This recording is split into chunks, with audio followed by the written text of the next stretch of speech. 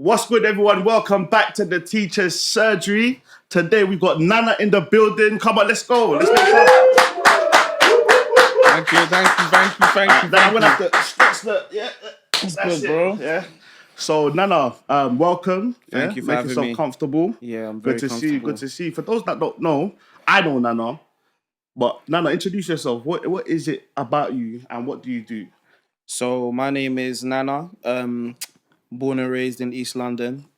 So from Canning Town originally, then moved to Plaistow. Now I moved to the suburbs. I had to leave you guys in the hood. I'm sorry. It's all right, man. It's all right, man.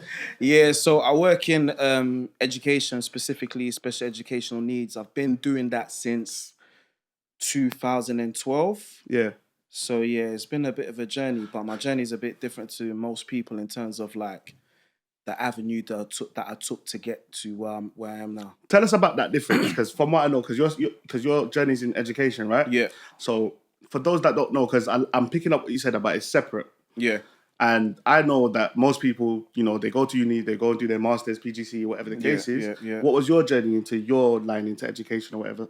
My journey was a lot of flukes, luck, God. Like it's weird. Yeah. Because when I went to uni, so let me go back a few steps. So I went to sixth form. Yeah. And when I went to sixth form, I done A levels in English, media studies, and drama. Okay. And then when I left my sixth form, I went to Brunel in 2007, and I done English literature with drama. Okay. So I done that for 3 years. And A levels, I loved my course. Yeah. I loved studying. I loved it. When I went to Brunel, I loved it, but I had no plan. Okay. What I want. I was literally living in a moment. I was just enjoying my course, enjoying partying, everything everybody likes to do, but I had no plan. So when I left uni, I done the graduation, I took my picture, I wore my hat. When I left, I was like, wait, what am I doing? What happens now? It's like, what am I A actually lot of doing? people find themselves in that position. Yeah. I had no plan because a lot of my friends, so with Brunel, a lot of people had like the sandwich course. So you go away for a year and you might practice work at like maybe like a firm or a company. Yeah. And then a lot of times when you graduate, if your grades are good enough, they'll take you back and then you can go through there. But with my course, it was just a 3-year course. We didn't have that offer. So when I left, I literally had no clue what I wanted to do. So actually, when I graduated from uni, the first thing I done was I went to my old school. I went to St. Yeah. To go and work voluntary for free. St. Bon's is good at that, Yeah. Reaching out to your old schools and things like that, Yeah, because I had a very good relationship with my old teacher in the drama department. Her name was Miss Waldron. Miss Waldron. Yeah, so I done drama as well, Oh, really? Yeah, she taught me. Yeah. Okay. Yeah, she was wicked. She literally was the only person I could think about that could help me. So I went back and I done voluntary work for I think 2 terms. Yeah. Then after I was like, I need to get money. This is not sustainable. Obviously, it was around the corner from my house, so I could just walk there and walk home. So then I started working retail. So for a year, I actually I went to the job centre. And I went to the job centre and they said they were doing a job screening for a Poundland they were opening in Bow. So imagine you've gone to uni to go work in Pound. It's crazy. Anyway, when this is part of another. Go ahead. I like putting all these topics in. Yeah. Literally. So it was a new Poundland they were opening in Bow in Roman Road, and it was 100 candidates that were going for the job. So I interviewed and it went down to 50. Interviewed, it went to 25, and I actually got the job. So I was there for about a good year. Okay. But even in that year, I still hadn't figured out what I wanted you're gonna to do. Yeah. Bear in mind, whilst I'm trying to figure it out, a lot of my friends are they're making moves. This one's entering careers. Yeah. This one is doing work drinks in Canary Wharf. This one doing work drinks in Liverpool Street. I'm working in Poundland, in Roman Road, in Bow, literally. And I remember I used to work late. I used to work in the stockroom as well. And then after that, I worked in Reese in Oxford Street. Okay. So I worked there for about 3 months. And after, I ended up working in the body shop. So a lot of retail. A lot of retail. For 2 years, when I finished uni, that's all I was doing. And the whole time, I was just thinking, I need to know what I want to do. And then when it came to the end of that 2 years, I applied to work at a school in Bow, funnily enough, right next to the Poundland I worked at. And I applied. It was a school called Phoenix Special. It was Phoenix School. but they didn't have. I don't think they had the name special. They just said Phoenix School. I just applied randomly, and I went to go and interview. I had to do like a class-based task. I had to go into a classroom, work with a few kids, and after they followed up with a few questions, and they sent me a letter a week later that I've got the job. But I didn't know it was a special school. I had no idea. I didn't know. I So just this is tying applied. up. Yeah. I was like, let me just apply for any teaching assistant job. At least I'm gonna be out of working in these stores. So I remember the first day I went there, they've took me around the school, and I'm looking at the kids. I'm like, I was so confused. Yeah. So I ended up going to like the back end of the school. This is a class of, so with special schools, they'll have key stages, but they mix up their ages and ability. Yeah. So I ended up working in a class with, it was key stage 3. Yeah, key stage 3 class. What age group is that? Is that like a secondary age or is that primary age? No, so that's like year 9 to 11. Okay. But it was mixed. So there were kids that were like 13, 14, 15, 16, all mixed, but they had similar ability, but they were like high functioning. Okay. ASD, it was an ASD school. But it's funny. What does ASD mean? Sorry. Or autistic spectrum disorder. Okay.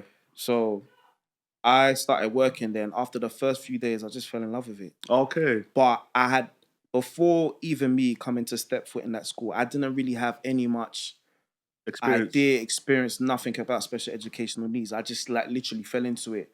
So I ended up working in that school for 2 years. So for the first year, I worked with a group of kids that were like high functioning, verbal. They can have a conversation with you.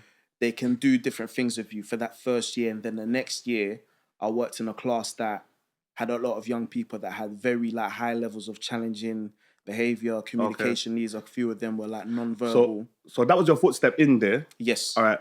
Because I want you to let people know what you do now. Because you work in SEN now.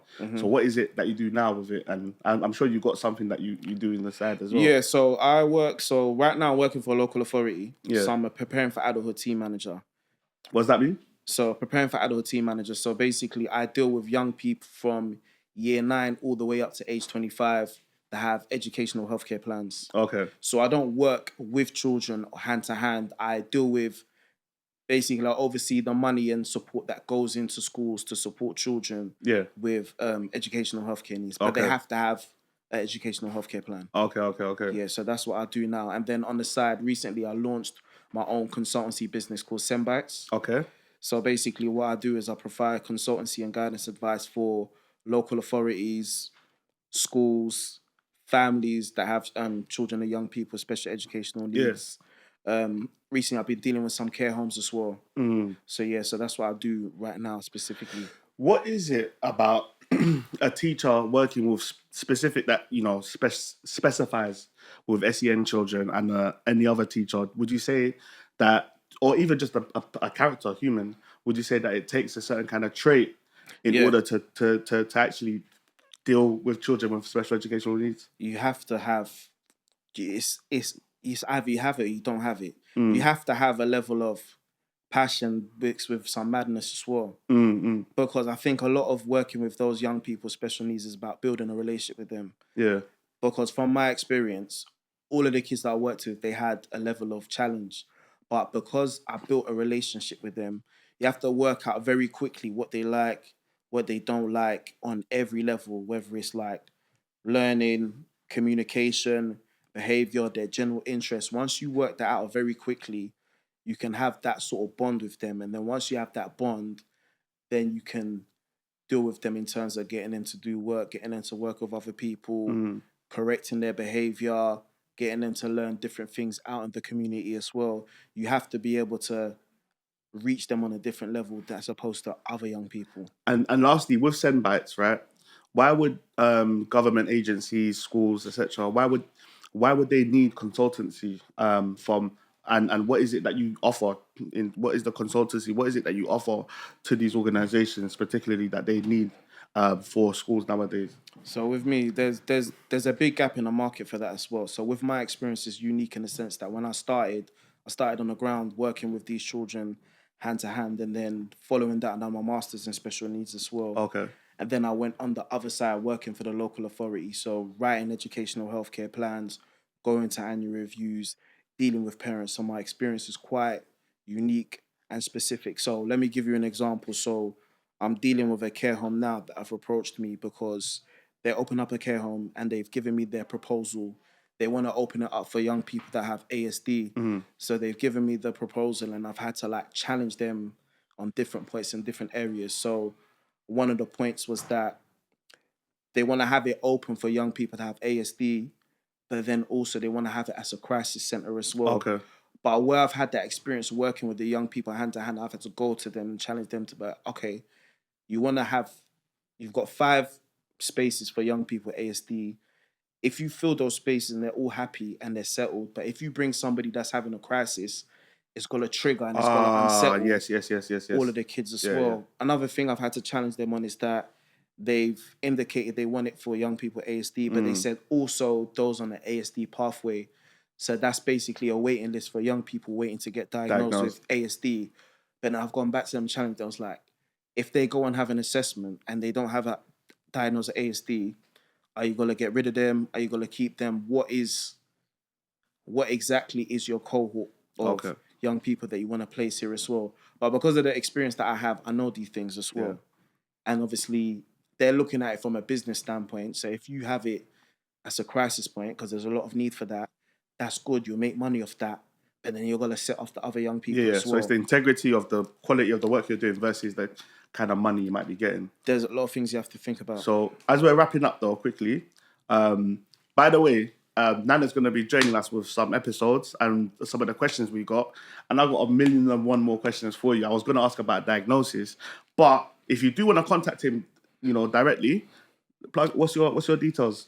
SEN, so SEN_bytes, so BYTES on Instagram and LinkedIn. Yeah. All right. So there you have it, man. So SEN_bytes. Yeah. Yeah. LinkedIn and Instagram. Everyone, loud round of applause for Nana. Let's go, man. All right, that's fantastic. Nice one, bro. Thank you.